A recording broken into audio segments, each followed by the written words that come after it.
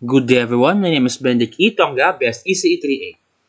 In this video, we're going to tackle the Activity 7 in ECE41 entitled Fiber Optics Terms and Definitions. By of course, yours truly, Benedict E. Tonga. Now, when I say terms and definitions, we're going to tackle the terms and definitions that starts with the first letter of each of your names. My full name is Benedict Espada Tonga, so we're gonna use the letters B, E, and T. Now for letter B, I decided to use the term beam splitter. For E, it's erbium doped fiber amplifier or EDFA. And for T is the thermoelectric cooler or TEC. Let's start. Now, beam splitter. Beam splitter, also referred as fiber optic splitter or optical splitter, is an integrated waveguide optical power distribution device that can split an incident light beam into two or more light beams and vice versa, containing multiple input and output ends. By the way, this is an example of this device with one input and four outputs. How does fiber optic splitter work? Specifically speaking, the passive optical splitter can split or separate an incident light beam into several light beams at a certain ratio. The 1:4 split configuration presented below, right here, is the basic structure, separating an incident light beam for a single input fiber cable into four light beams and transmitting them through four individual output fiber cables. Now, in this, you see this schematic. For example, if your light beam or your signal speed is 1 gigabit per second, also 1000 megabits per second, it's the same. And it goes into input fiber cable right here and goes into the splitter. Since it's a 1:4 split configuration, we can assume that it will split the 1000 megabit per second signal into four equal parts. So the output will be 250 megabits per second per output fiber cable. Okay, but you may be confused, but because there are some splitter that is customizable. That means you can customize the outputs of each output fiber cable. You can customize the first output to be much stronger with the 300 with the when you 400, meaning for example with the 400 megabit per second, and the rest is 200 megabits per second only. Uh, Fiber optic splitter application in PON networks. Okay, let me explain this. In this scenario, we have the central office or CO, which is the OLT or the optical line termination or terminal.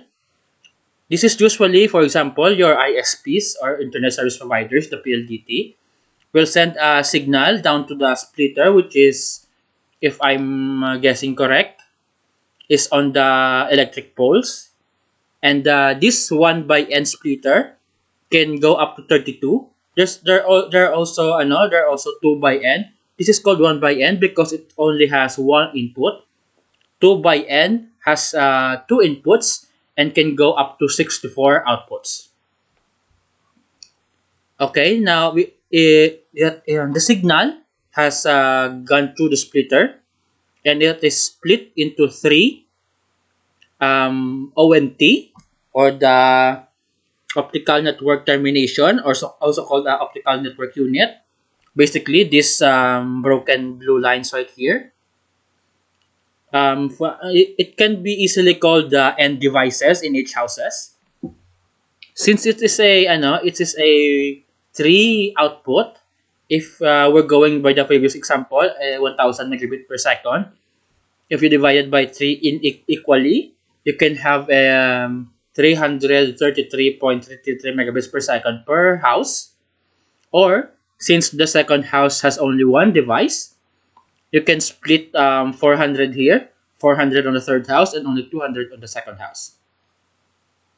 That is basically how it works. Splitter, it splits the light beams and distributes it equally or if you have a unique splitter, you can customize it to distribute it to a building or a house which has more devices. Let's move on. Okay, our second term is the letter E, erbium doped fiber amplifier or EDFA. Erbium doped fiber amplifier (EDFA) is an optical amplifier used in C-band or L-band where loss of telecom optical fibers become lowest in the entire optical telecommunication wavelength bands. Now, this picture here is an example of a erbium doped fiber amplifier. It is a device by Neptec, as you can see here. Now, this is the different bands O, E, S, C, and L. In the C and L band, as mentioned earlier, it has the lowest transmission loss. Lowest transmission loss in decibels per kilometer. I'm sorry. Yeah, yeah. It goes right here. It has the lowest but it has the highest wavelength because of that, and the erbium doped amplifier works in this area. Since it's an amplifier, it amplifies the signal. EDFAs are used as a booster, inline, and preamplifier in an optical transmission line. The booster amplifier is placed just after the transmitter to increase the optical power launched to transmission line. The inline amplifiers are placed in the transmission line, compensating the attenuation induced by the optical fiber. The preamplifier is placed just before the receiver, such that the sufficient optical power is launched to the receiver. A typical distance between each of the EDFAs is several tens of kilometers. Now, to explain this definition, here is a graph, or what do you say? Yep, a graph. Now, what you see right here in the optical transmission line can be defined here. As you see, when the transmitter transmits a signal, it goes to the boost amplifier and then amplifies it. But as the transmission distance gets longer, the fiber attenuation goes down. But because there's an inline amplifier inside the transmission line, it gets amplified again. And again, because of the distance, it gets attenuated and amplified again, attenuated until it reaches the preamplifier that is placed before the receiver, and the preamplifier amplifies it to a certain degree such that it can deliver enough signal to the receiver. Okay, the working principle of the EDFA. This is showing how amplification takes place at 1550 nanometers. Two typical wavelengths to pop at an EDFA are 980 or 1480 nanometers. That is our wavelengths. Now, to explain this graph right here, you have this definition. When an EDFA is pumped at 1480 nanometers, ion dope or the erbium ion dope in a fiber absorbs the pumped light and is excited to an excited state, which is the excited state number 1.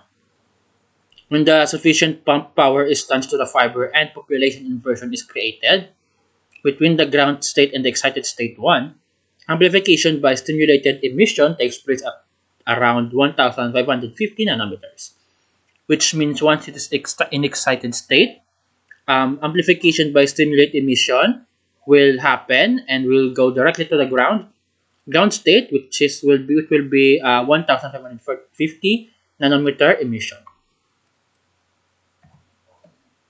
Okay, when alpha is pumped at 980 nanometers, the erbium ion absorbs the pump light and is excited to another excited state, which is the state number 2. The lifetime of the excited state is relatively short. And as a result, the erbium ion is immediately relaxed to the excited state 1 by radiating heat. Example is no photoemission. This relaxation process creates a population inversion between the ground level and excited state 1, and amplification takes place at around 1550 nanometers. Just like the previous, it goes into an excited state, but it will go at a higher state, which is state 2. But since this has a shorter lifetime, Because of heat radiation, it will go back to excited state 1 and will be emitted again to the ground state with a 1,550 nanometer emission. I hope you get that. Since the first demonstration of a diode pump, EDFA in 1989, Since the first demonstration of a diode pump EDFA in 1989, intensive effort has been made to make the pump light diode highly reliable. Now, high power pump laser diode, the LD stands for laser diode at 900 nanometer or 1480 nanometer are both commercially available. And most EDFAs are pumped by laser diodes due to the compactness and robustness. Let's move on to our last term, which is the thermoelectric cooler or TEC.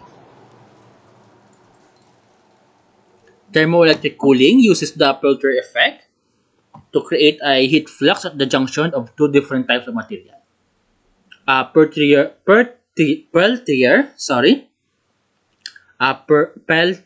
cooler, heater, or thermoelectric heat pump is a solid state active heat pump which transfers heat from the one side of the device to the other side with consumption of electrical energy, depending on the direction of the current. This is the example device of a TEC. Now, such an instrument is also called a Peltier device, Peltier heat pump, solid state refrigerator, or thermoelectric cooler (TEC), and occasionally a thermoelectric battery. Now, its working principle. Thermoelectric coolers operate by the Peltier effect, one of the three phenomena that make up the thermoelectric effect. The device has two sides, and when a DC electric current flows through the device, it brings heat from the one side to the other, so that the one side gets cooler while the other side gets hotter. The hot side is attached to a heat sink so that it remains at an ambient temperature while the cool side goes below room temperature. Now, this is a diagram of how it works. This is usually where the DC electric current flows.